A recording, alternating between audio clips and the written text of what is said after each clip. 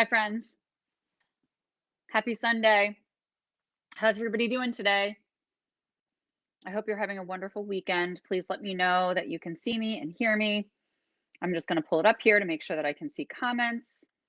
Make sure to share this out if this is something that you think other people could benefit from. I know this is something that other people could benefit from. We're talking about family dynamics tonight, and everybody here, I'm sure, has some kind of perspective or experience with family dynamics that can inform their healing process, inform their experience in this human life.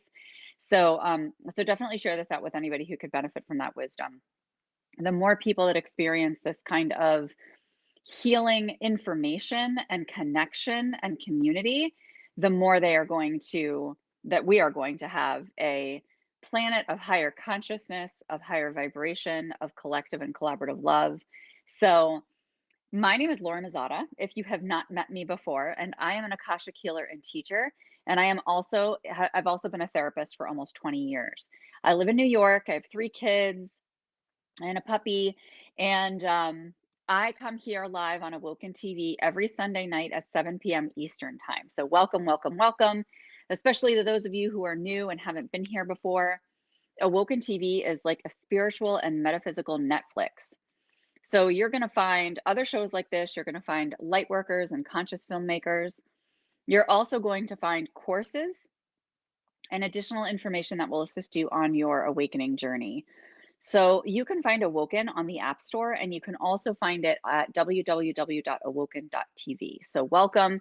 If you've been here before, welcome back. Please say hello in the comments and let me know where you're tuning in from. I always love to connect with my audience. I also want to make sure that the comments are working because sometimes the comments are not working. And I do prefer to close up my phone so that I don't have to look back and forth and I can really put more attention on you guys. So, anyway, I hope you guys have had a wonderful weekend. I'm going to be talking about family dynamics today. And that's kind of a broad topic, right? I do that on purpose because I allow the Akash to really guide me in terms of what is most needed to come forward surrounding family dynamics in the moment. Because any information that comes through the Akashic records is going to be information that we are ready to integrate at the time. So they're never going to give us anything that we can't handle. And they are divine intelligence. So they know a hell of a lot better than we do as to what information we need to hear, integrate, receive along the way. So I am not seeing any comments yet. So please say hi, just so that I know these are working.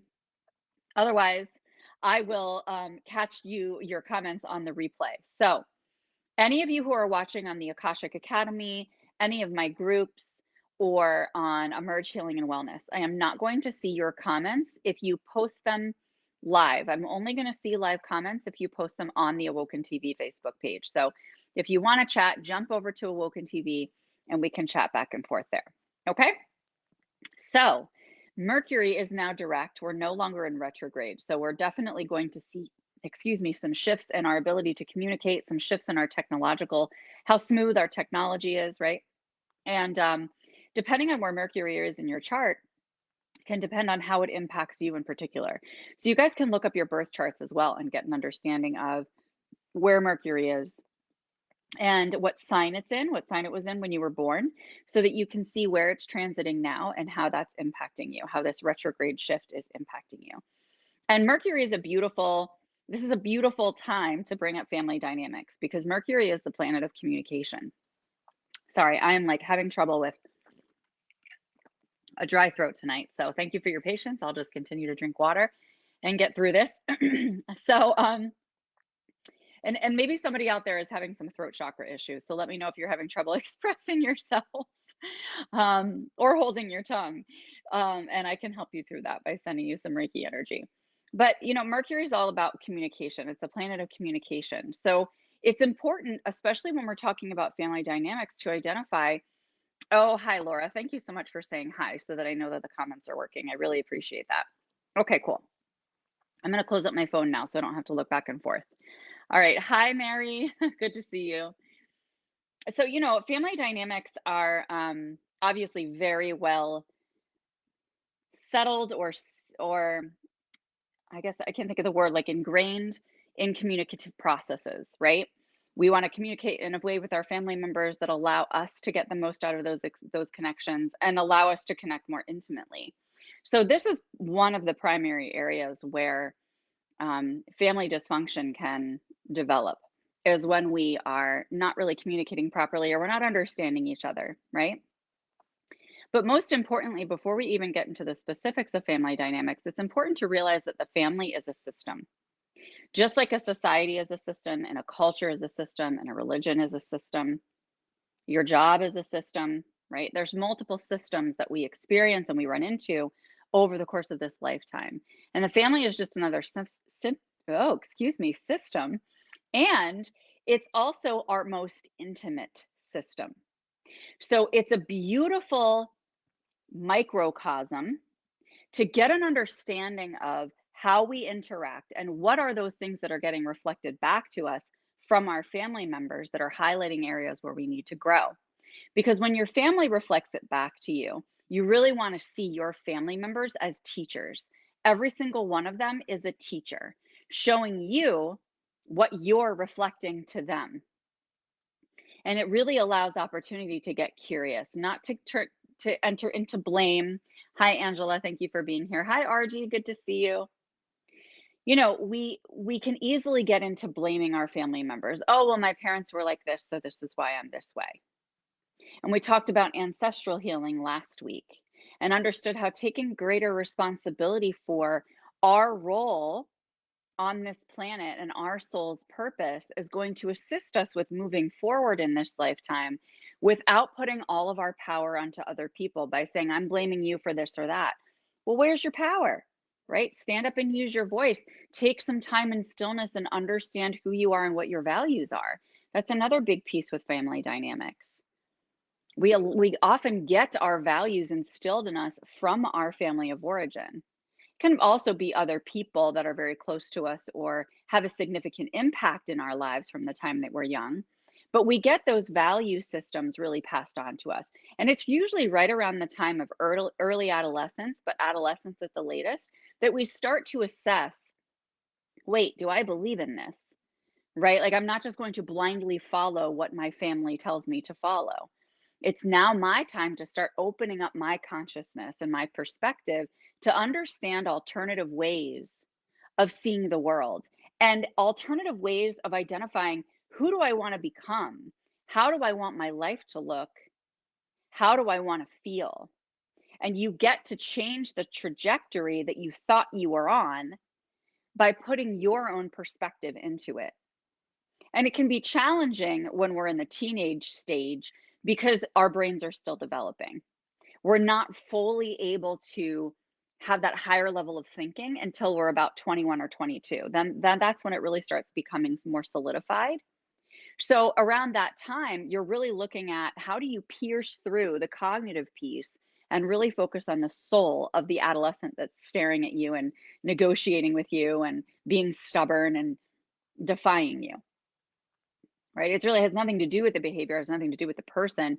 It's entirely, let's identify where this person is going, and as parents, really thinking outside of the box to understand how you can get more intimately connected to the soul of this human in your life rather than just what you're seeing on the surface. Okay? So values is one area. So it's very important for you to identify, where do my values lie? How have they been impacted by my family or shaped by my family? And how can I really identify, even if it's quietly, identify what are your values? And sometimes we don't know. That's one of the biggest responses I get from my clients is, I have no idea what my values are. So going into stillness, aligning with your soul, your higher self, things like that, yes, they help for sure. But it's also really helpful to just observe what's going on in your life right now. How much time are you putting towards what in your life? Are you putting more time into social media? Are you putting more time into making money? Are you putting more time into um, your self care? Are you putting more time into watching TV? Reading books, exercising. Where are you putting your time and energy? And it's a good way to just observe yourself from a distance without judgment, just jotting down, this is where I'm putting most of my time and energy. And then just identify there, okay, so is this something patterned that I picked up from years ago or that I feel I need or am supposed to do to make my family happy or to serve my role in my family? Or is this something that really serves my highest good? And then you get to tweak your behaviors. You get to tweak where you're putting your time and energy to put them towards things that you know are going to assist you with moving forward to who you want to be.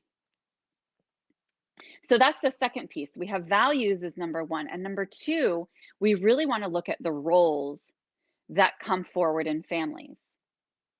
Because I promise you, there's roles in every single family. And like I said, families are systems.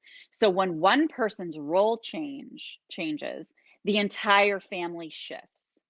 I like to view it as a triangle, right? Or as a square, depending on how many people, or a pentagon. However many people you have in your family. And you can make this shape as giant as you want. Right, but I like to view the roles, they're all interconnected, right? They're all interconnected. So if I'm gonna drop this, then these are gonna shift, right? If I'm gonna drop this, these are gonna shift. They might even expand a little bit more. They might even have more room or more flexibility, right? So just using that as a symbol and a physical representation of what this family system looks like. It's interconnected, it's reflective of one another, it's collaborative, but as roles change, the other roles in the family shift. And this is what a lot of my clients see, especially when they're starting to shift and change. Typically the people that come into therapy, the people that are going on the healing path are the ones that are the change makers. They're the ones that are here to say, I'm not okay with the status quo of this family, the harmony of this family. It's not working for me. And I'm not saying it's always about the family because it's not, but it is your most intimate system. So it's important to at least call this into question, okay? And they say, I just, you know, it doesn't work for me. It doesn't mean what the people in your family are doing is wrong, not at all. It just means that this person might be introducing a new pattern, or it's almost like, right, we look at the branches of a family tree. They might want to create a new branch. They might want to go off and add an extension. And that's how I want you to see it. When roles change, it's somebody adding an extension of experience, of perspective, of energy to your system that you're so intimately connected to. So it's really cool to be able to keep yourselves open and just be totally open to where these branches are going to go and get curious about them rather than, oh my gosh, you're going out of line. Oh my gosh, that's not how we've always done it.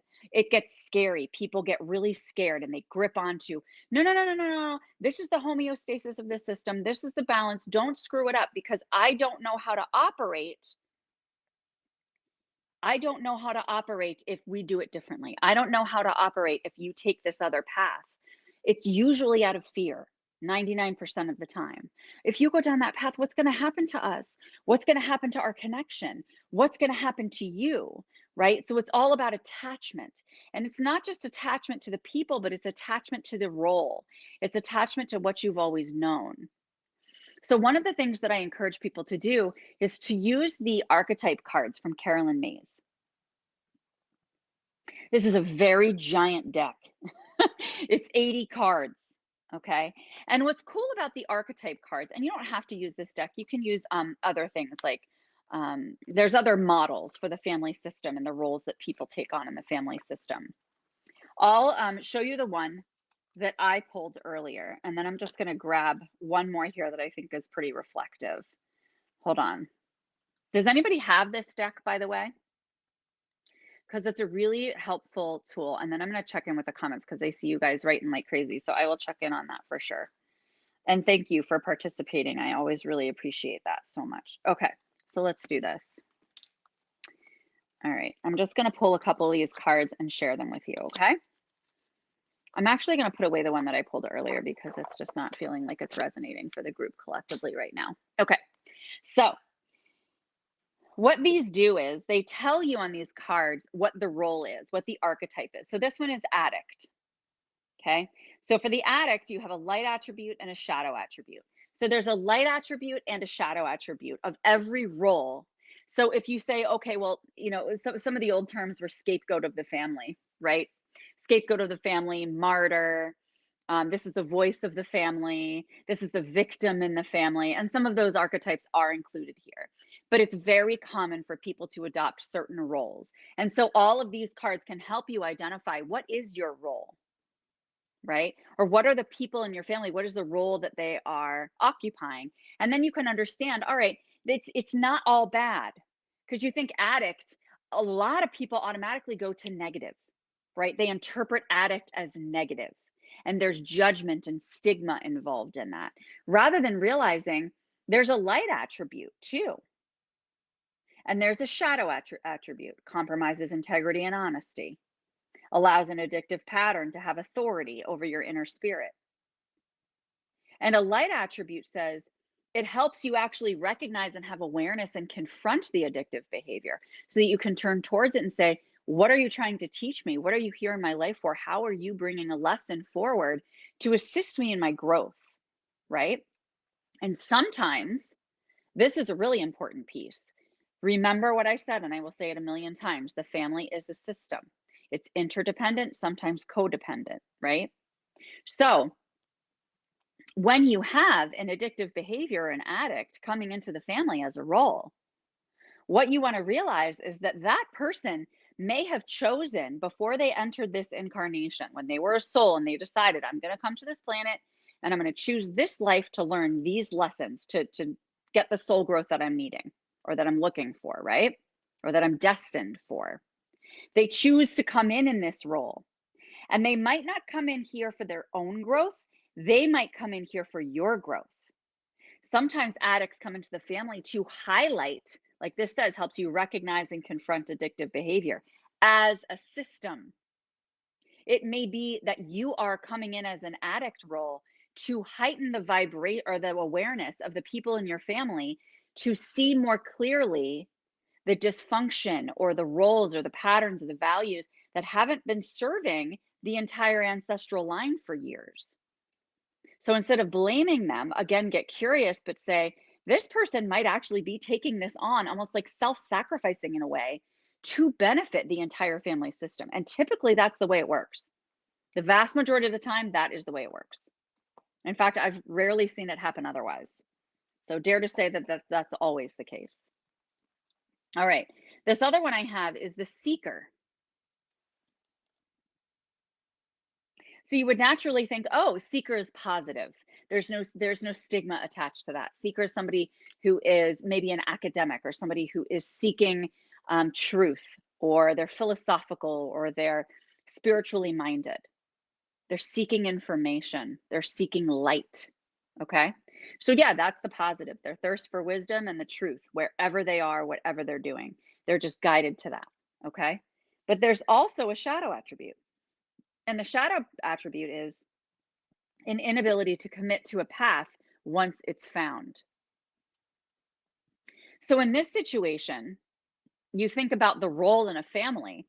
As a seeker in the family, you may be very motivating. You may be very wise and be able to impart so much wisdom to the people in your family or people around you. But then you might also need the structure of the family system to be able to hold you accountable to choose a path, to make a commitment so that you're not flying all over the place.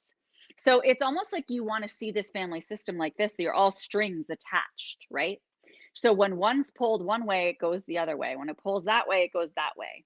So you're able to realize that your behavior, your role, your values, and how authentically you show up can modify and impact the entire family system, which then impacts your most intimate relationships, your intimate world, right? So it's appreciating the ebb and flow and allowing yourself to work with it and allowing yourself to go one way or another and one way or another, and realize when somebody goes off to college, boom, the family system shifts.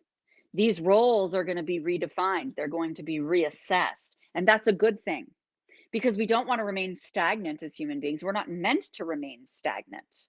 Okay.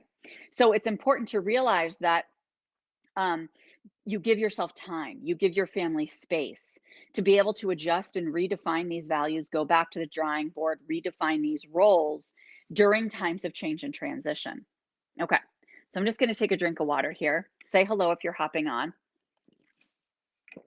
Sherry says, my relationship with my sisters is very strained since our brother passed 2 years ago. I was head of his probate and they didn't agree with some of my decisions. Yeah, that's a very, very, very common challenge when somebody passes in the family, for sure. Because it ends up being about, and I don't know what role your brother played in the family, but that would be very interesting to understand and to explore if you haven't already. Is, what role did he play? And how are these people, how are my sisters or even myself competing to fulfill that role? What was the tie that he provided here in this web that kept things more harmonious? What role did he play? And you didn't hesitate to show up authentically and step into your authority in the position that you were in, which is a good thing. The more authentically we show up, the more this family is going to be stable. Because if you're showing up kind of half-assed or half you, that's going to be kind of a weak link and it's going to be kind of rubbery. And then you see the rest of my fingers moving, right? And then the whole system's kind of funky. So if you show up authentically and you're nice and solid and these guys are funky, you're still providing the stability in the system. You see my hands, my wrists aren't moving at all, just my fingertips, right? So you're allowing the foundation to be stronger of the system in general. Yes, exactly, Angela. When your dad passed, you feel like the whole family shifted. And it can shift in good ways and it can shift in challenging ways. But either way, it's understanding that it's shifting in your highest good and just getting curious about um, how you can use this as an opportunity to reevaluate how you're showing up, to reevaluate the role you want to play. Yes, 100%, Angela, when your husband went back to work. Mm. Hi, Caprice. I'm so glad to have you here. Laura, you're asking, can I pin it or hold it up to take a screenshot? The cards? I'm assuming you mean the cards. Hi, Georgette. So good to see you. All right, so get ready. Laura, I'm going to hold up both of these cards for you and you can take a screenshot. Whoopsies.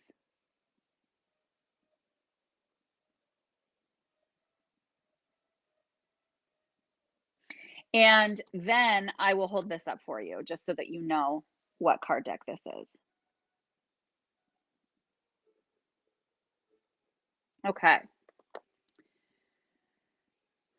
Laura says there's a lot of shadow before the light is realized. 100%. And you know what? That is part of our human experience. That is understood before we enter this world.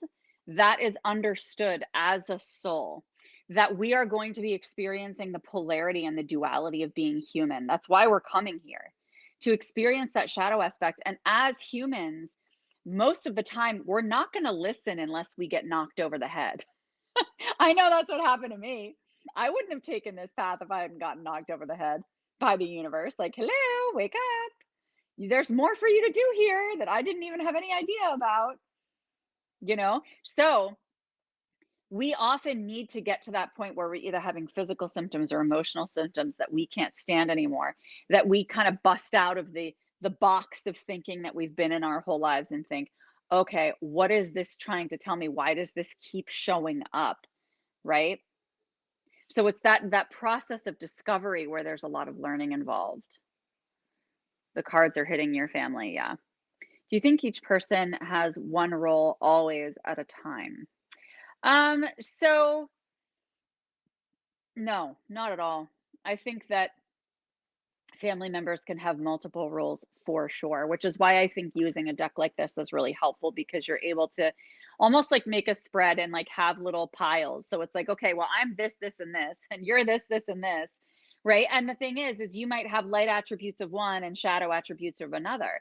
And the most successful families are able to say, let me offset your shadow with my light, and vice versa, right? And you assist one another with not only gaining awareness of your shadow, but with bringing light to it and helping each other move more and more toward the light. So that not, we talk about the collective all the time. We talk about shifting the vibration of the collective and doing our individual work to be able to raise the vibration of the planet. But we very often forget that we can start with our family system. In fact, a lot of people with spiritual bypassing will focus on raising the vibration of the collective, and their family is a shit show, right? And it's like, well, honey bunches, let's sit down and focus on your intimate family. Don't avoid that work. And that can happen a lot with spiritual bypassing, and the intentions are good. The intentions are good, but sometimes it's not seen that you really need to be able to dive into these most intimate relationships to reflect the areas where you need to heal, but also to take advantage of the fact that you have a system right there in front of you that you can work with and make malleable and create a system of um, collaboration and exchange that's really, really, that's growth enhancing, right? And when we learn how to do that in the microcosm, it's a lot easier in the macro. Okay. He was sarcastic and very successful. I would just love to know in the web kind of how he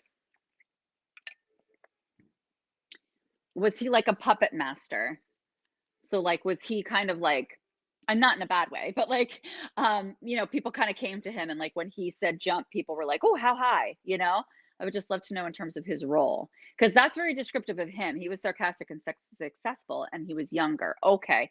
But what role did he play? Okay. Card deck name. Yes, I will post it right here for you, love. Um, Caroline.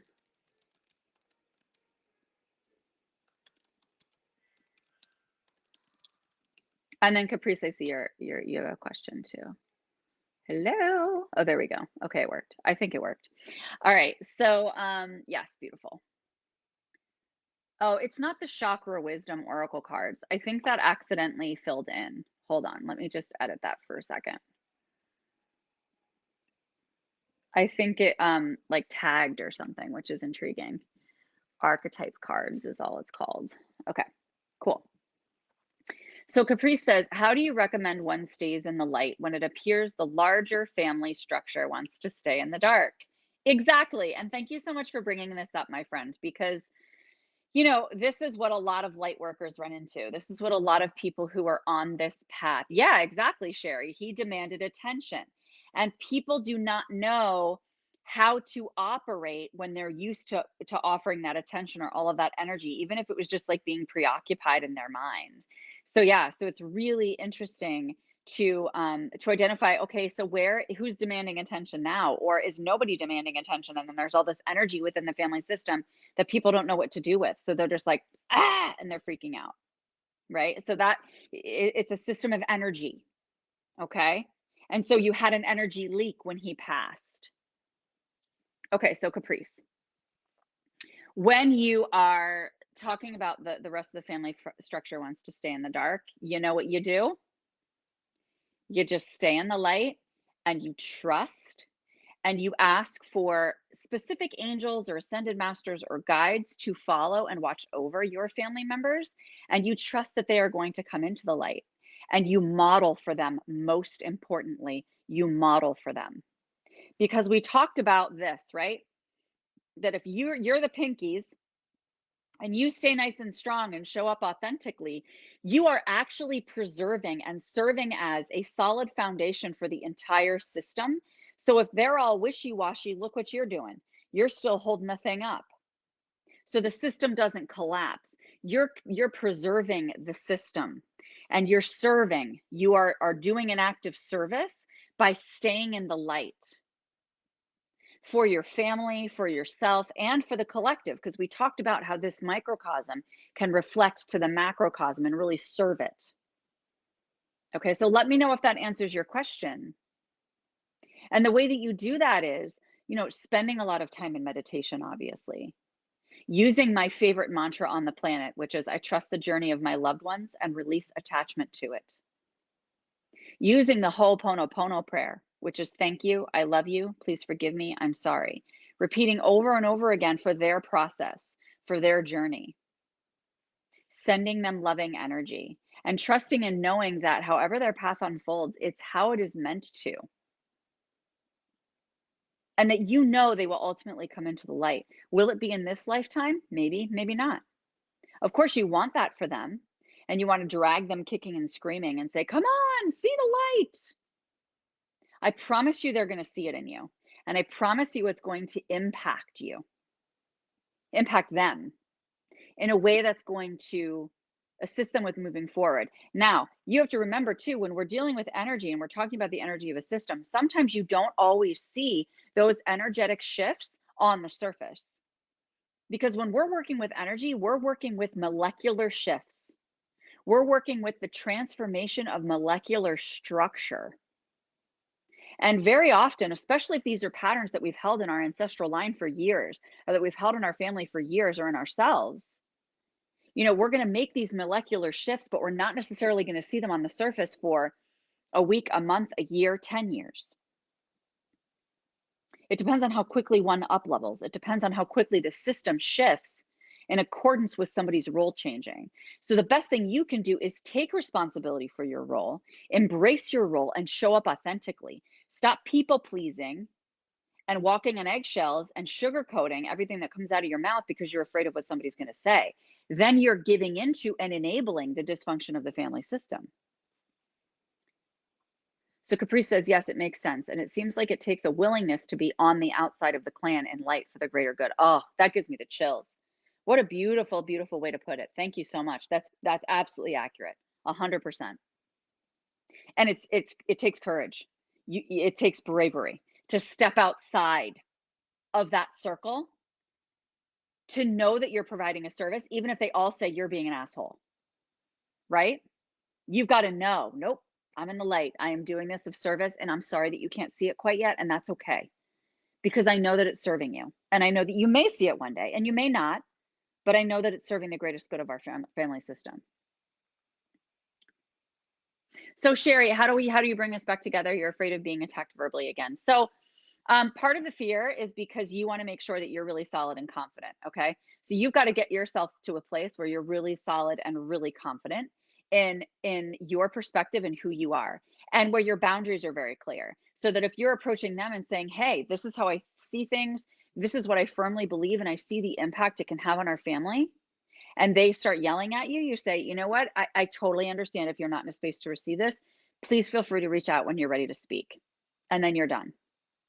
But I would encourage you before that to do some energetic work using Ho'oponopono around those relationships. So let me know if you've tried that already, because forgiveness is an energy that dispels the tension on both ends. So you're not doing it just for you, you're doing it for them as well.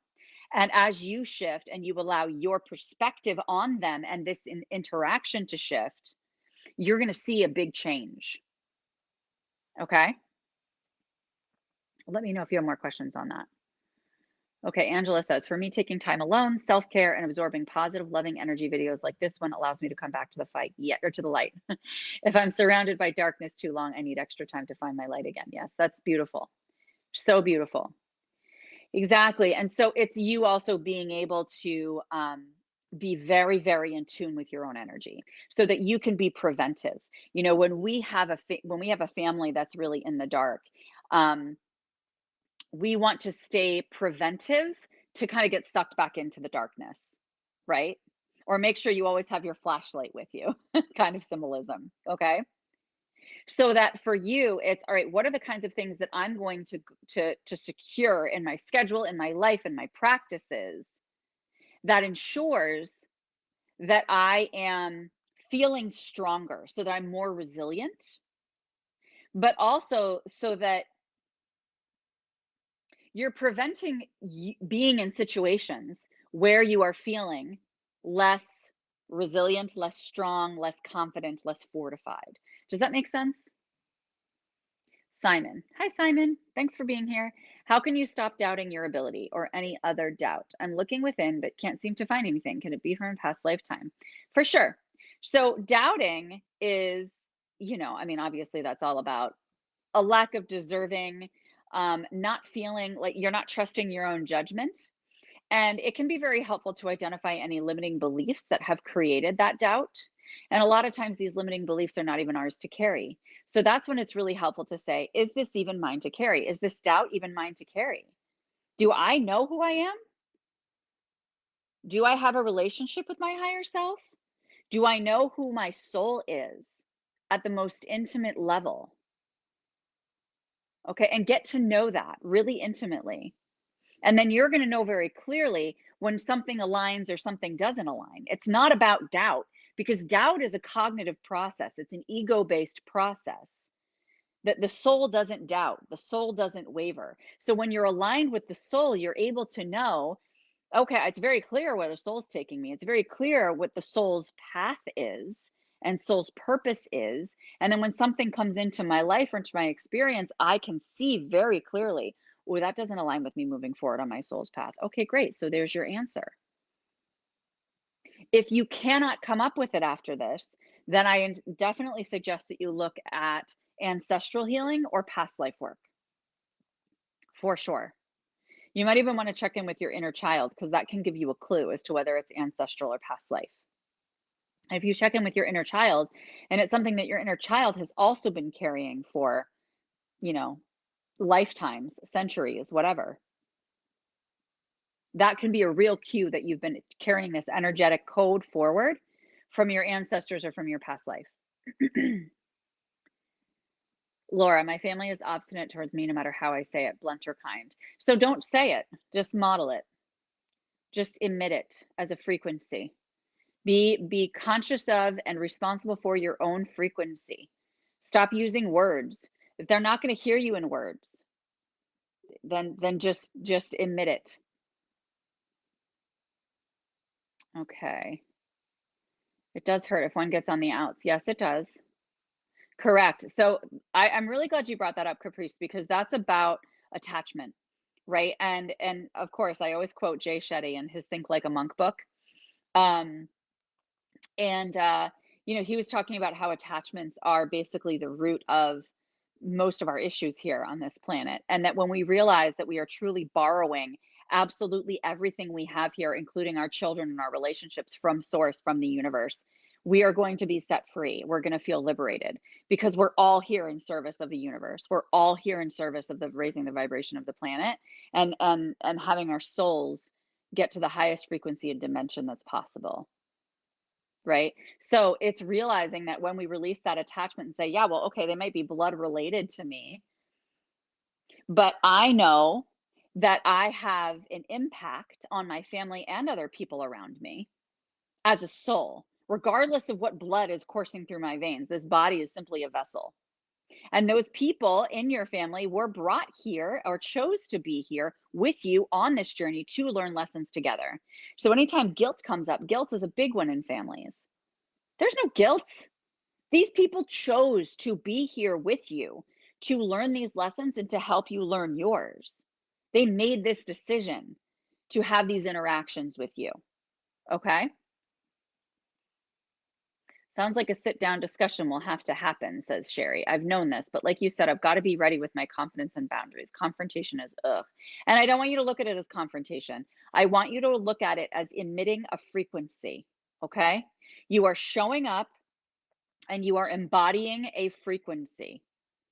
And that is going to, like I said on my live the other day, I was doing a live Akashic healings. I do them weekly now in Room for Healing, which is my free Facebook group. And I was doing this theme kept coming up around being seen, around being confident, around self-doubt. And we did a lot of healing around that. So Simon, if you want to jump into that group, you can hear what came through the records around self-doubt on, I believe it was Wednesday when I went live in there. But really, instead of looking at it as confrontation, then that makes you think like, oh, I have to like get my wits about me and I have to like go into my mind and really think and strategize and come up with no. That is not what being in alignment is about. And that shit is for the birds, man. That is like that's for ego. That's for challenging each other. That's for butting heads. That's not the shit that makes peace. Okay. What makes peace is staying in your frequency, emitting that frequency. And like I said in my healings the other day, you open your mouth and let spirit come out of your mouth, whatever needs to come through. When you're aligned, you then open your mouth and just let it flow from source. Open your Akashic records, Sherry. I know you know how to do that. Open your Akashic records before this meeting or this discussion and just allow it to flow. Come from a space of source. You know, they have those bracelets, what would Jesus do? WWJD. What would Jesus do? Jesus is one of our most powerful ascended masters that we can access in the Akashic records. He's the perfect representation of the divine masculine. This very sensitive yet structured and bold and guiding light. And to be able to call on one of those guides to be with you in these experiences, but to really embody that frequency and to know very confidently that you're coming from a place of love and higher intention. Let me know if you have questions on that. Amber, I babysit my nephew, and I can tell when my sister walks in the door if she's a negative Nelly. If she is, I just get my stuff and leave. I try not to pick up negativity. Gotcha. I think that's good. You're identifying your boundaries. Danielle, love that. Don't speak, just admit. That tends to be my MO. My family and many people hate it. I don't care. I trust my transmission. I trust my transmission, not my words. What a beautiful mantra. Thank you for sharing that. I trust my transmission, not my words. You guys can jot that down. That's a great way to kind of carry this forward. I'm reading Think Like a Monk. There's so much goodness. Yeah, it's a good one. Okay, look within the past life and childhood and we'll look for myself and see who I am. You're so welcome, Simon. Thanks for being here. Sherry, I'm showing up. I love that. It's perfect. Thank you. You're welcome.